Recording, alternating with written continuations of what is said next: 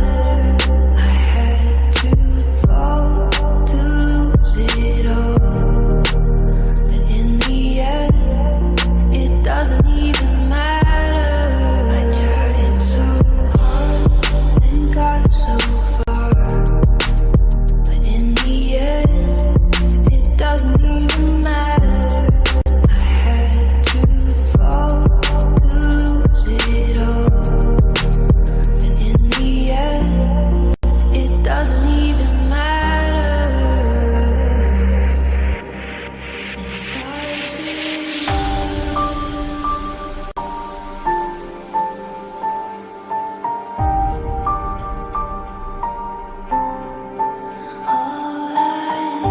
matter. I tried so hard and got so far, but in the end, it doesn't even matter. I had to fall to lose it all, but in the end, it doesn't even matter.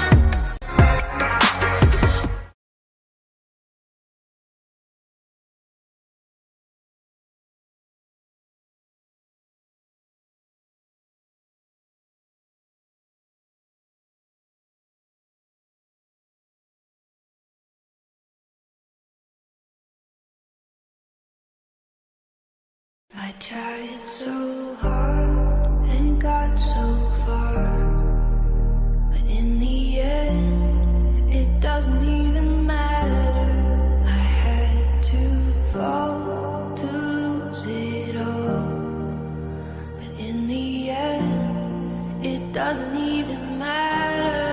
I tried so hard and got so far, but in the end, doesn't even matter. I had to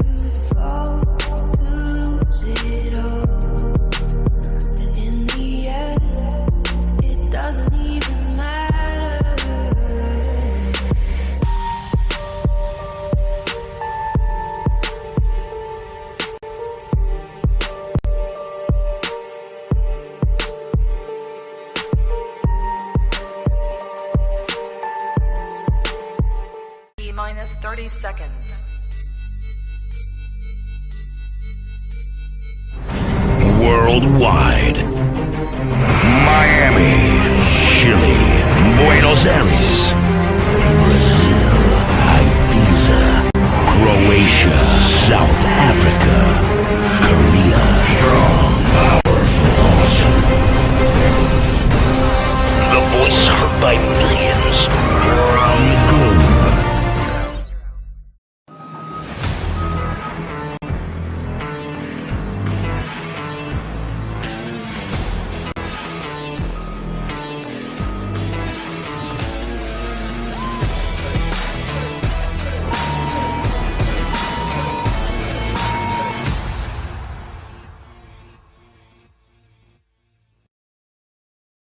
To every member of the class of 2020, you are the heirs to a proud and righteous legacy. Our American ancestors built the greatest country in the history of the world, and you are the ones who will carry it out to even greater height. Your senior year may have been defined by the pandemic, but your future will not be. Your future will be defined by the spirit, the heart, and the unity within you. We stand on the precipice of the most incredible years in the life of our republic, and you will be leading the way. Now it's your turn to inspire our country, to lift up our nation, and to build shining monuments to American greatness that will stand for all time. There is no limit to what you can achieve. You will be a tremendous success, and we cannot wait to see how you do. To every young person in America, remember this. In our country, everyone is the captain of their own destiny. Through hard work and persistence, you can accomplish anything you want. Stay focused on your goal, give it everything you have, and you will achieve success beyond your wildest imagination.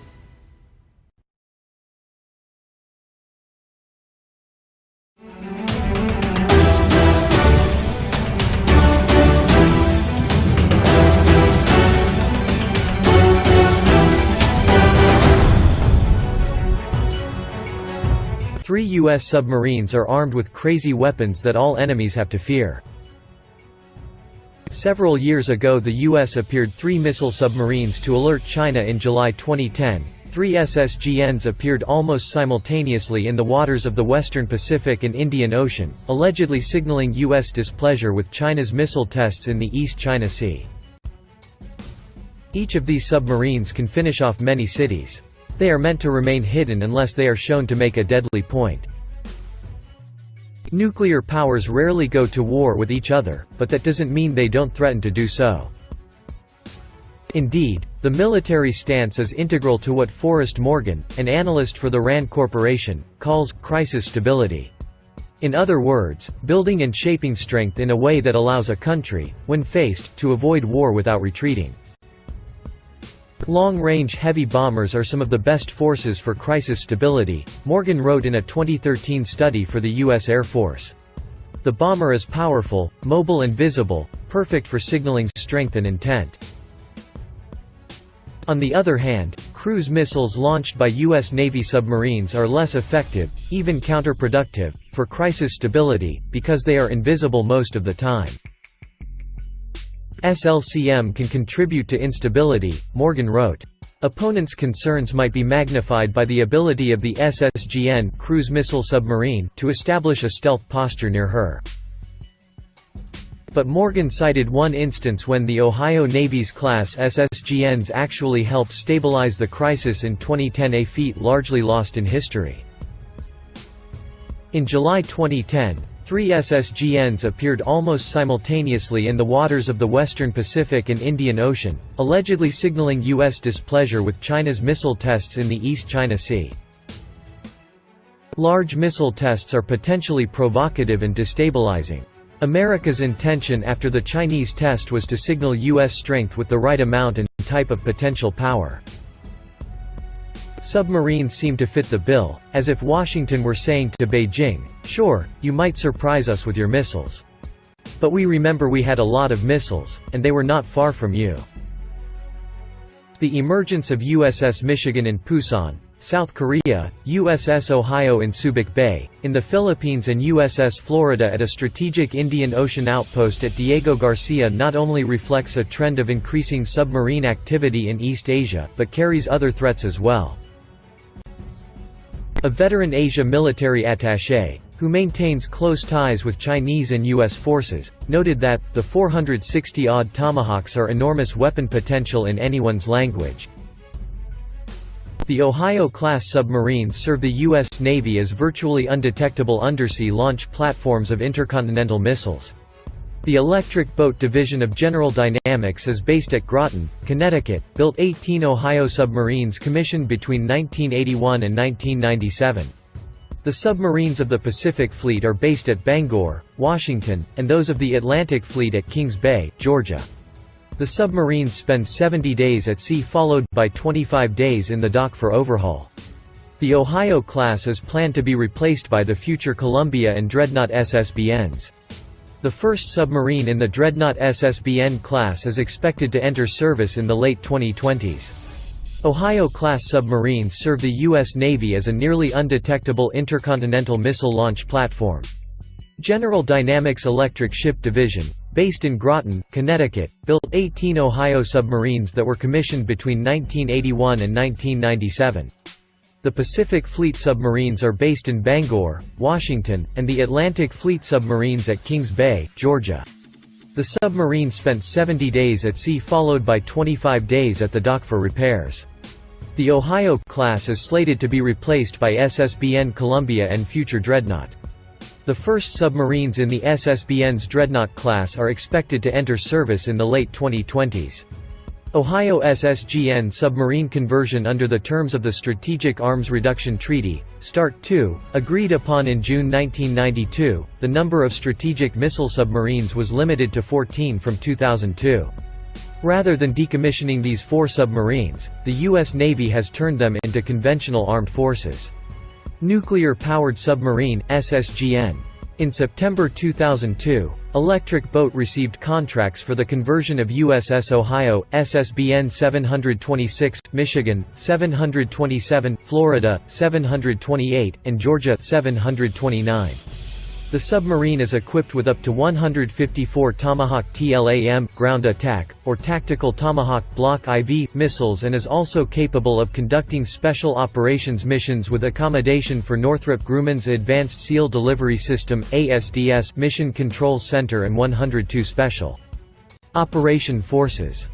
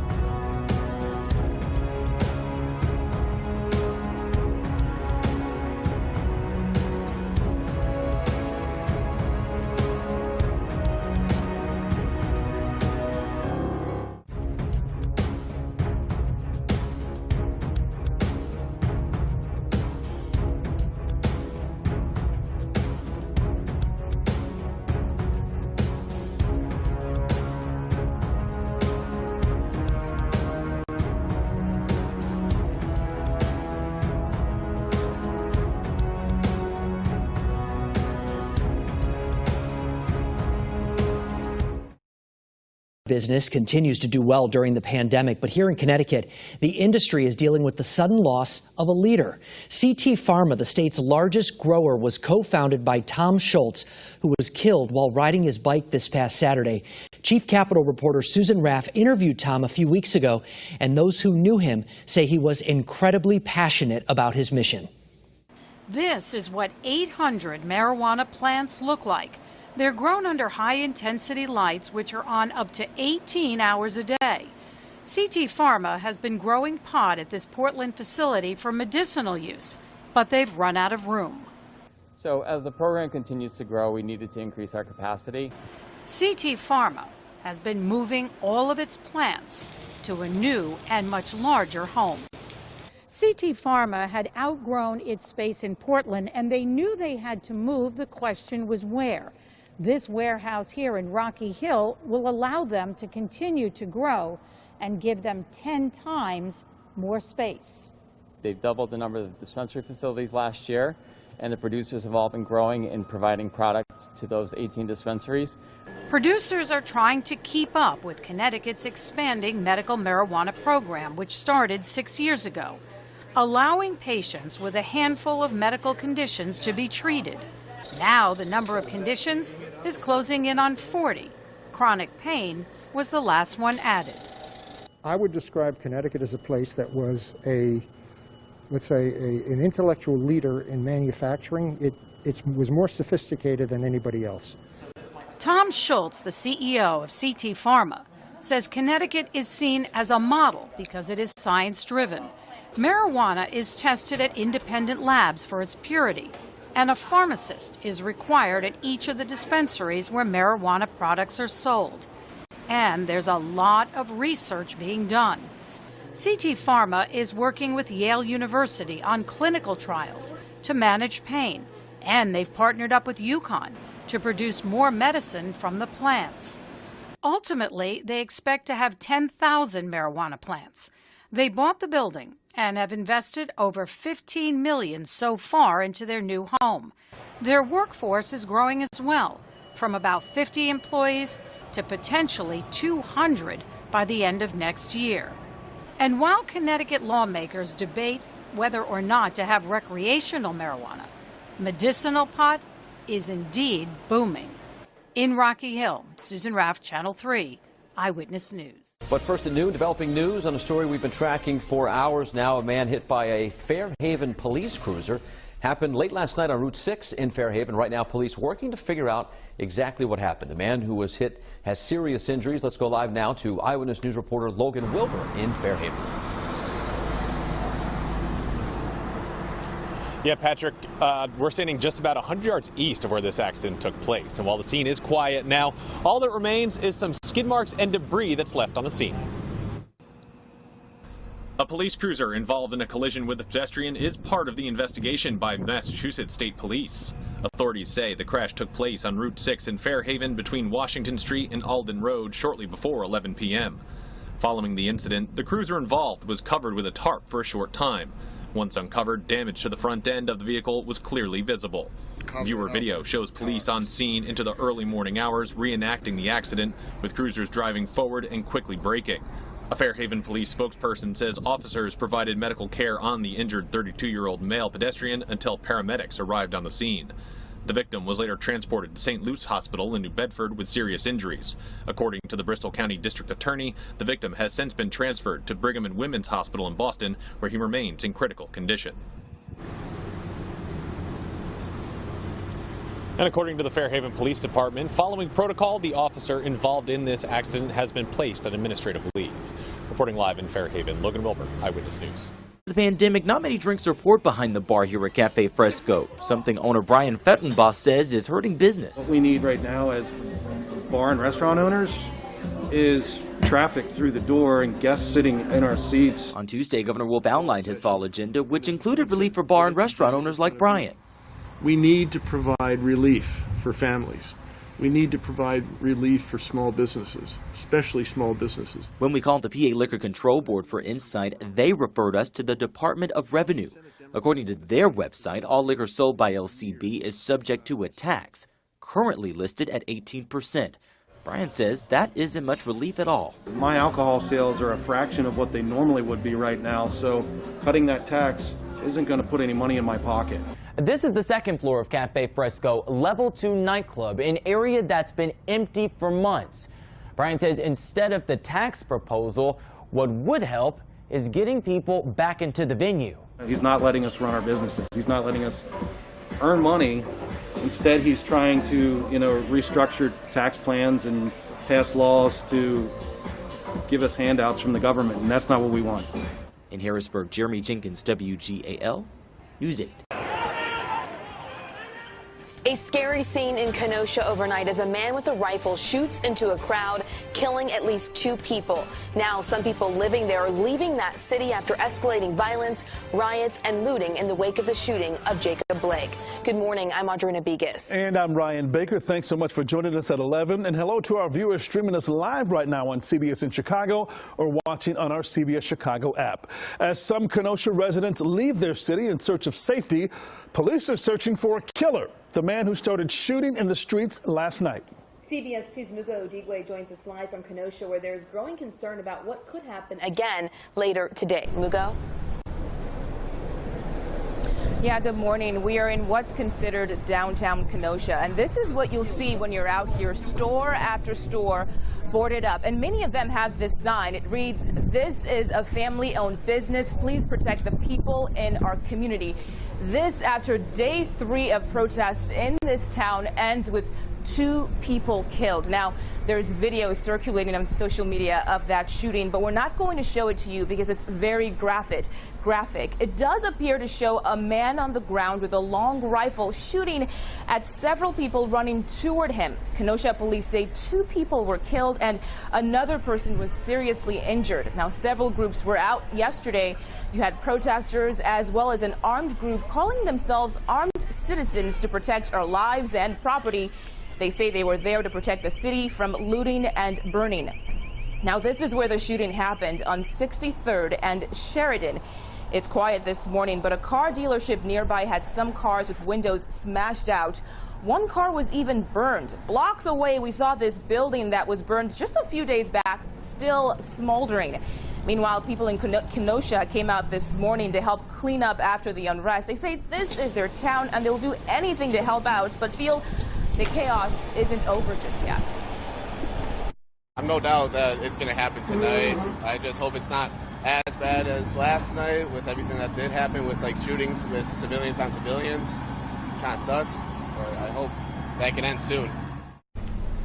Now, in anticipation of additional protests, the Kenosha County Board sent a letter to the governor this morning asking that he brings in additional Guards members to sort of help out in case there are additional protests later tonight. We're live in Kenosha, Wisconsin. Mugo Odigwe, CBS 2 News. And it was the police shooting of Jacob Blake on Sunday that set off all this destruction and violence in Kenosha. Thanks a lot. Talking with Peyton McGinn today, you would hardly believe he was bitten by a shark over the weekend. I was about knee-deep water. I turned my board around, was about to go paddle back out. And then as soon as I got off my board, he just came up and bit my foot.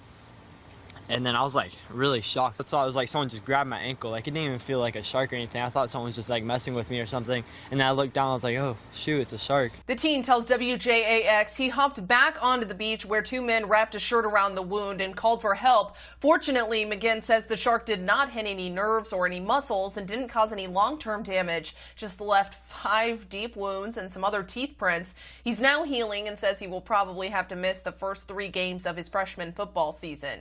Katie Johnston for CBSMiami.com. Let's update you now on that breaking news in Norfolk. Police are investigating after 4 people were shot on East Princess Anne Road near Church Street. Officers got the call just after 10. And here's what we know so far. According to police, 3 adults and a child were taken to the hospital from this scene that you're looking at. The child is at CHKD with life-threatening injuries. The adult's injuries are not life-threatening. Police have not said anything yet about a suspect. We are working to get more information. Look for an update tomorrow morning on Wavy News 10 Today, beginning at 4:30. We'll be right back. All right, thanks, Ron. Breaking news for you at noon. Kentucky State Police say a local teen is now safe And a Tennessee man is under arrest and charged with human trafficking. Troopers say 40-year-old Steve Hargrove of Laverne, Tennessee, is facing charges of promoting human trafficking of a victim under the age of 18. Last night, KSP found a car matching the description of a vehicle in a missing persons case pulling to the Circle K on Highway 54. The teen victim was found in the car with Hargrove. The victim told state police she had met up with Hargrove several times in Davis County as well as other states for sex and was passed off by Hargrove to other men. His bond is listed at $50,000 on the Davis County Jail's website. A former Green Beret born and raised in Minnesota is charged tonight with espionage. Prosecutors say for nearly 20 years he's been talking with Russian intelligence. Tom Lydon has the story. Does anyone have an idea why Russia does what they do? His name is Peter Debbins. Born and raised in Minnesota, a graduate of the U of M, the 45-year-old is a former Green Beret and a national security expert on Russia. And according to an unsealed grand jury indictment, Peter Debbins is also a Russian spy who went by the code name Ikar Lesnikov. Debbins was arrested Friday morning for espionage in Gainesville, Virginia. Debbins' mother was born in the former Soviet Union and first visited Russia when he was 19 and married a Russian woman. The charges read like a spy thriller. Prosecutors say Debbins has been talking to Russian agents since 1996, telling them he was a son of Russia, said America needed to be cut down to size, even signed a statement saying he wanted to serve Russia. His handlers plied him with cognac, flattered him with a Russian military uniform. Debbins was so amenable, at one point the Russians wondered if he was actually a spy for a U.S. intelligence agency. By 2010, though, Debbins wanted to make money and do business with Russia. But his Russian handlers had other ideas. They wanted him to get a position in the U.S. government. Instead, Debbins' LinkedIn account shows he's worked as a consultant, an instructor, and lecturer on all things Russia, and most recently fashioned himself as an expert in cybersecurity. But Russia sees itself as a messianic nation. What the indictment doesn't make clear is what actual secrets, if any, Debbins may have delivered to the Russians. His last reported contact was in 2011. And after more than 20 years, the question may be whether he was still a son of Russia or a son of Minnesota. Tom Lydon, Fox 9.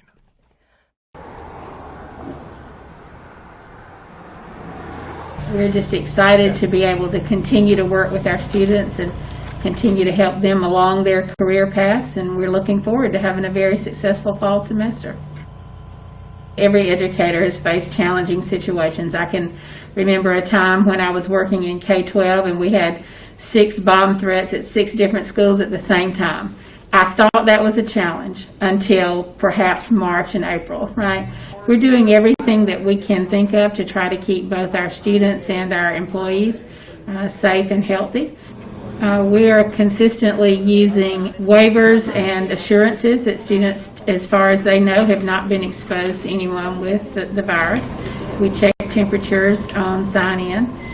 We have very limited lab structures in terms of numbers. So we have only the number of students in a lab space that can safely be accommodated and maintain social distancing.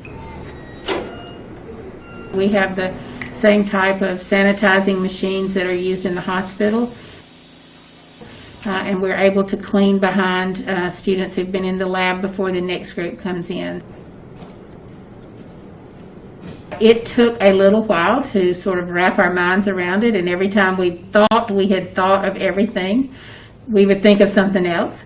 And we're still, of course, just like everyone else, we deal with the occasional exposure or the occasional positive student or employee, and we have plans and procedures in place to manage that through quarantine and moving things online for a short time while that happens, and then we come back to the campus labs to the degree that we need to. So you should be holding this at all times. Now, if I'm helping you. They're a great team of folks working here at Columbus Tech.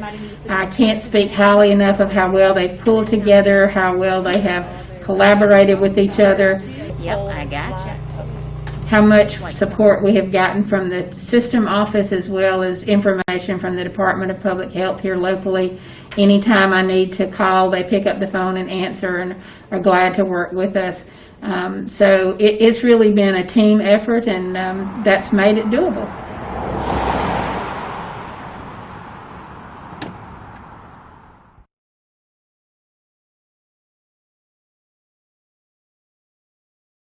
Now to a developing story. A violent night in Indy. Metro Police investigating after 7 people were shot in less than 12 hours. The first happened at around 5 last night on Indy's far east side. Police say the victim died in that case, but that was just the beginning for detectives. CBS 4's Lexa Green is at IMP headquarters, where police say they're having a tough time at some of these scenes. That's exactly right. Investigators say these victims won't cooperate with them. They won't say who shot them or why, and that's making IMPD's job extremely difficult. That was the case in the most recent shooting. Police say it was around 1:15 this morning. An officer was at a shopping plaza parking lot. This was near 10th and Linwood when he was approached by a car. Inside that vehicle, there were 2 males who had been shot a few blocks away. Police also responded to that scene on Michigan. It could be there's some evidence that's being recovered down there, some guns that are being recovered. Last we heard that 15-year-old is in the hospital in critical condition and that 18-year-old is stable. Police are also looking into a 7th victim that walked into Eskenazi Hospital suffering from gunshot wounds. Right now we're asking IMPD if they have any extra information on that victim or if they have any suspect information. That's the latest downtown. Alexa Green, we'll send it back to you in the studio. This is CBS 4 News at noon. First at noon, we're tracking Hurricane Laura. The storm is currently a Category 3, but could intensify to a Category 4 before landfall. CBS 4 meteorologist Lisette Gonzalez joins us now with the new advisory. Lisette.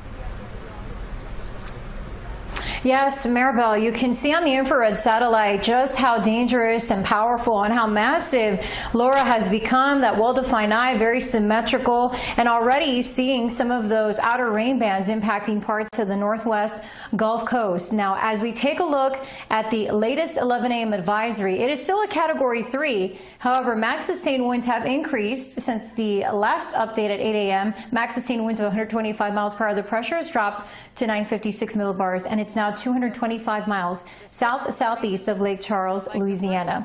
It is forecast to become a Category 4 later today before it makes landfall somewhere here along western Louisiana or eastern Texas. And you'll notice that the tropical storm winds extend out 175 miles from the center. Hurricane winds extend out 75 miles from the center. Hurricane warnings and tropical storm warnings extending here along the Louisiana and Texas coastline.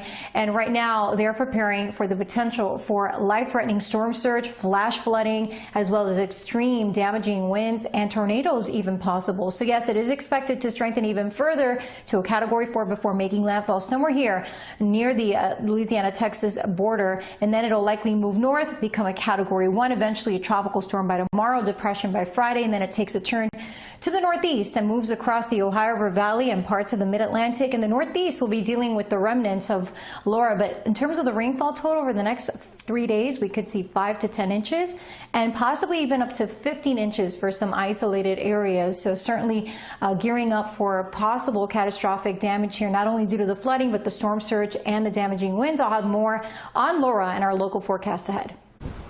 Lisette, thank you. Our team coverage moves now to CBS 4's Courtney Zabowski. She's live for us right now in Galveston. Courtney, what have you seen so far up until this afternoon? Oh, well, just in the last 30 minutes or so, the wind is really starting to pick up. The sun was out. It's starting to get more cloudy. We've seen rain out here, not those strong rain bands that we could see as the evening hours approach and early morning hours, but we are starting to see more hurricane-like conditions. This is a large and extremely dangerous storm that could potentially do catastrophic damage along the Gulf Coast. And Courtney, this morning we heard that the governor said everyone must be where they're going to ride out the storm by noon. Are you still seeing people maybe trying to evacuate at this point? In Galveston here, you know, it shifted a little east, so people are breathing a little sigh of relief that we're not going to take a direct hit right here. So there are people moving around here. If you're in Port Arthur or Beaumont, Texas, if you're along like the coast of the border between Louisiana and Texas, where Lake Charles, Sulphur, Orange County, those are areas where you need to be where you are, because in just a matter of hours, you can't go anywhere. And what's the mood right now of the residents? How serious are they taking this storm? So in Galveston, Texas, they've been through a lot of storms. Alicia, Ike, Harvey, I mean, huge storms. And a lot of people here weather those storms. They've been there, done that. Again, the Category 4 intensity isn't expected here. But in places like I said, Beaumont, Port Arthur, Golden Triangle, and that Lake Charles border, I mean, they're scared. I mean, it could be significant, catastrophic.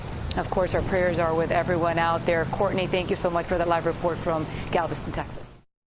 The semester just started, but there's already more trouble with students breaking COVID rules on college campuses around the tri-state area. And now 24 more students have been suspended for parties. CBS 2's Natalie Duddridge reports. It's day one for students at Montclair State University doing a combination of in-person and virtual learning. But before classes even began, the parties did, leading to the suspension of 11 students for violating COVID-19 regulations. Obviously, I mean, it's college. Kids are going to want to go out and meet new people, and I think the best thing is to just stay in and just so we can get it over with and can go out later. Matt Credito hasn't gone to any of the parties but heard about them. Officials say there were several large gatherings both on and off campus where students weren't wearing masks. So staff sent this email to students saying, is the next message you want to get, pack your bags and go home? If you are suspended or expelled from on-campus housing, there are no refunds. So it's a very costly mistake. The suspended students have to quarantine at home for 14 days and are allowed back once they pass a negative COVID test. Officials say if it happens again, they could be removed from on-campus programs altogether. I see a lot of people saying, you know, oh, I've got either the antibodies or it's not going to affect me, but they don't realize, you know, who else they could affect. Schools all over the tri-state have been cracking down on parties, like Marist College in Poughkeepsie suspending more than a dozen students. 23 students at Syracuse University were suspended after this large gathering, and some University of Connecticut students were removed from campus housing for a dorm party. School officials say it's important students understand the regulations because it's the only way in-person learning can safely continue. The only way we can do this is if everybody takes responsibility. Staff at Montclair State say so far the vast majority of students are masked up and following rules. They just hope a small few don't ruin it for everyone. In Montclair, New Jersey, Natalie Duddridge, CBS 2 News. Officials say that Montclair State is one of the few in New Jersey to bring students back, not only onto campus, but also I don't into say dorms. bad words, but I'm mad as hell. A New Jersey Supreme Court decision slammed as a major setback for police reform. The court stripped authority away from Newark's Civilian Complaint Review Board, a group of citizens appointed to investigate police abuse. But we are appealing this, and we're going to keep fighting it. Newark's police department has a long, troubled history, with concerns of brutality dating all the way back to the 1967 riots. Families that had victims of police brutality were coming to our organization like every week. Mayor Ras Baraka ran for office in 2014, promising police oversight. In 2016, a city ordinance created the Civilian Complaint Review Board. The group was supposed to have subpoena power and the ability to recommend disciplinary action if they found an officer violated the rules. But a fraternal police organization challenged the city in court, saying the CCRB powers went too far. This has never been about blue and black. It's always been about right and wrong. The state Supreme Court ruled Newark's CCRB cannot look into a case of alleged police abuse if the incident is already under investigation by the department's Internal Affairs Division. If they don't have subpoena power and full investigatory power and the power to levy sanctions against police for violations, then they don't have any teeth. Ras Baraka is now calling on mayors across New Jersey to join his fight. He's pushing for legislation to create civilian oversight of police departments across the state of New Jersey. In Newark, Ayana Harry, Pix 11 News.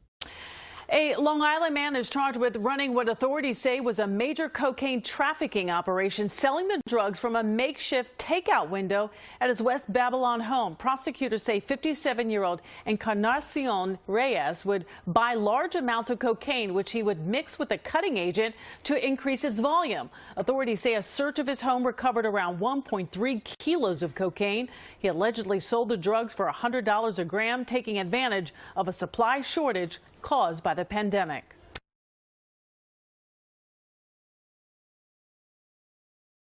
And the search is on for a suspect after a shootout with police in West Baltimore.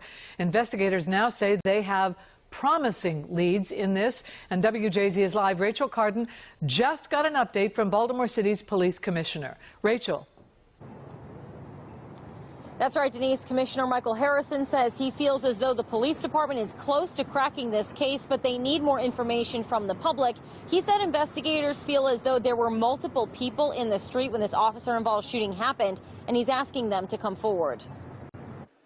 Commissioner Harrison calling last night's crime a brazen shooting between a suspect and police. Someone fired at our officers from that vehicle.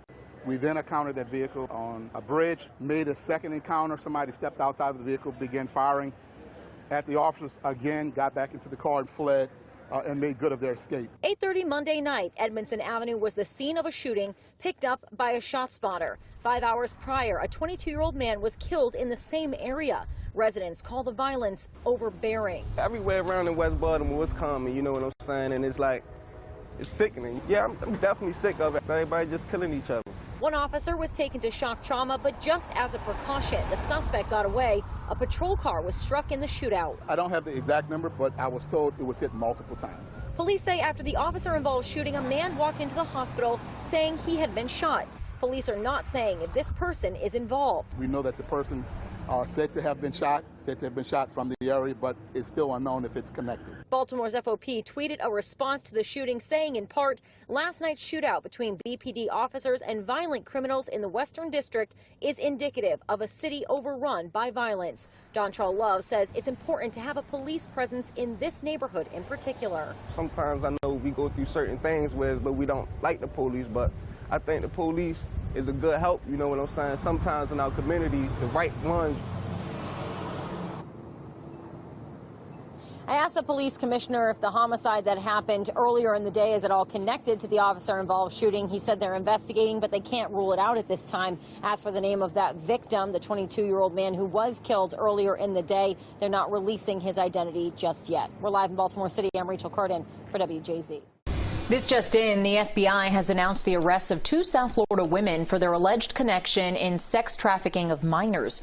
Yesterday, the Broward County Human Trafficking Task Force arrested 21-year-old Kiara Nunez in Hollywood and 19-year-old Alexandra Ramirez in Coral Springs. Both defendants are in federal custody and now face federal charges.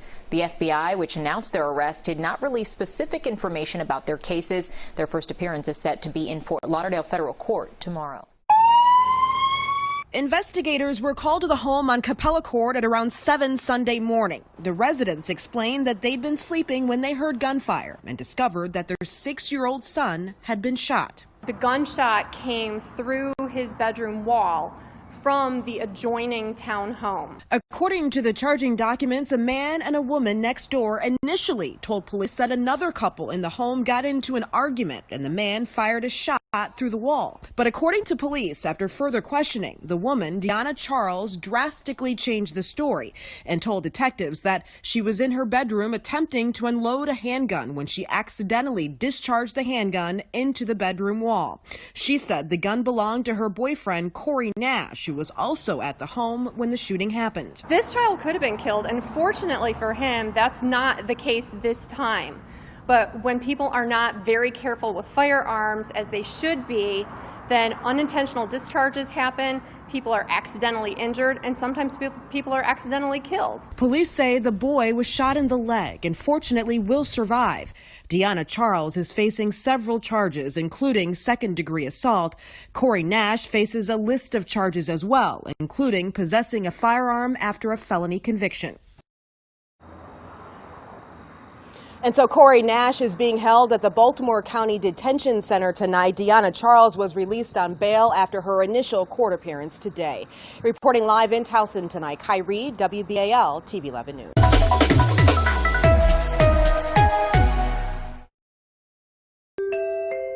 We have breaking news coming out of Dorchester County, where the coroner's office is investigating the death of a 16-year-old student. Officials say Amari President collapsed at home after returning from football practice on Tuesday.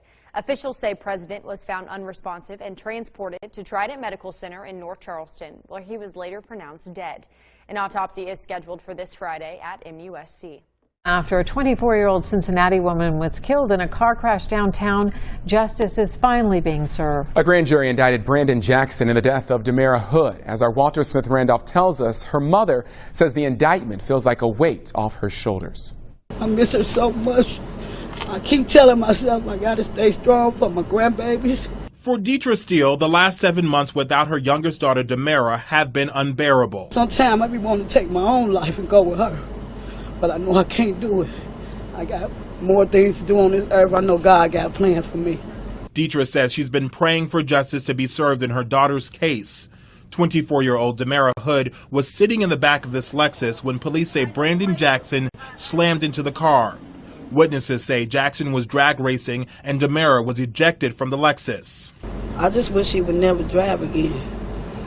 Take his license for life. Jackson's penalty may be much more severe. Today, a grand jury indicted Jackson on 2 counts of aggravated vehicular homicide, 3 counts of aggravated vehicular assault, and 3 counts of vehicular assault.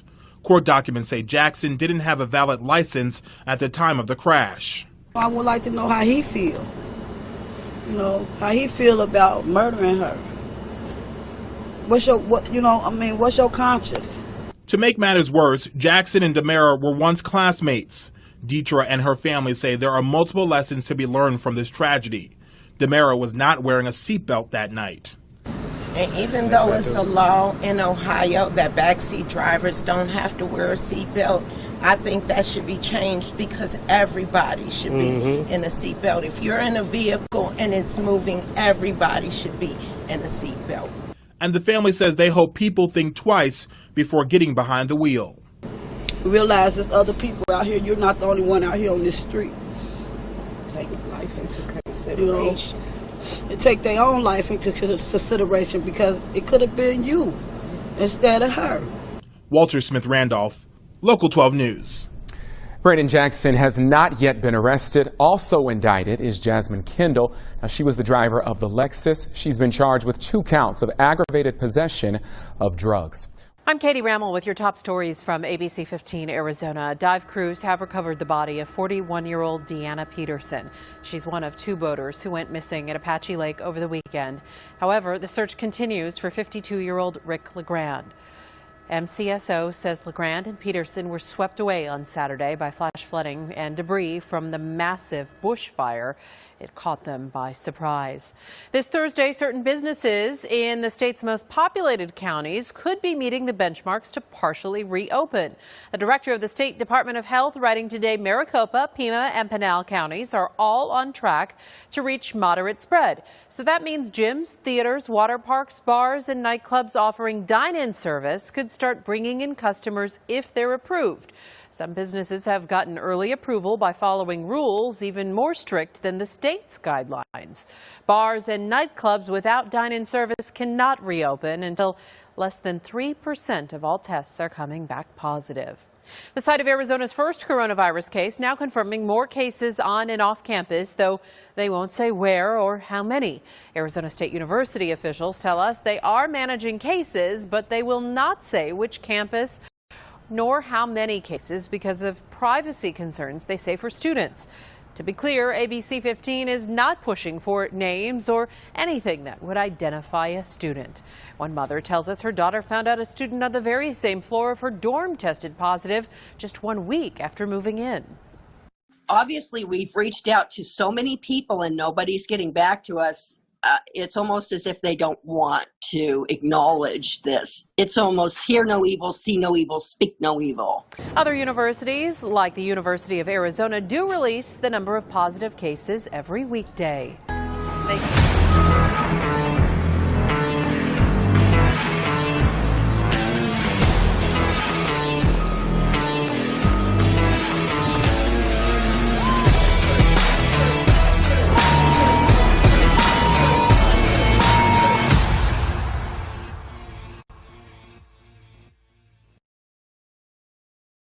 every member of the class of 2020, you are the heirs to a proud and righteous legacy. Our American ancestors built the greatest country in the history of the world, and you are the ones who will carry it out to even greater height. Your senior year may have been defined by the pandemic, but your future will not be. Your future will be defined by the spirit, the heart, and the unity within you. We stand on the precipice of the most incredible years in the life of our republic, and you will be leading the way. Now it's your turn to inspire our country, to lift up our nation, and to build shining monuments to American greatness that will stand for all time. There is no limit to what you can achieve. You will be a tremendous success, and we cannot wait to see how you do. To every young person in America, remember this. In our country, everyone is the captain of their own destiny. Through hard work and persistence, you can accomplish anything you want. Stay focused on your goal, give it everything you have, and you will achieve success beyond your wildest imagination.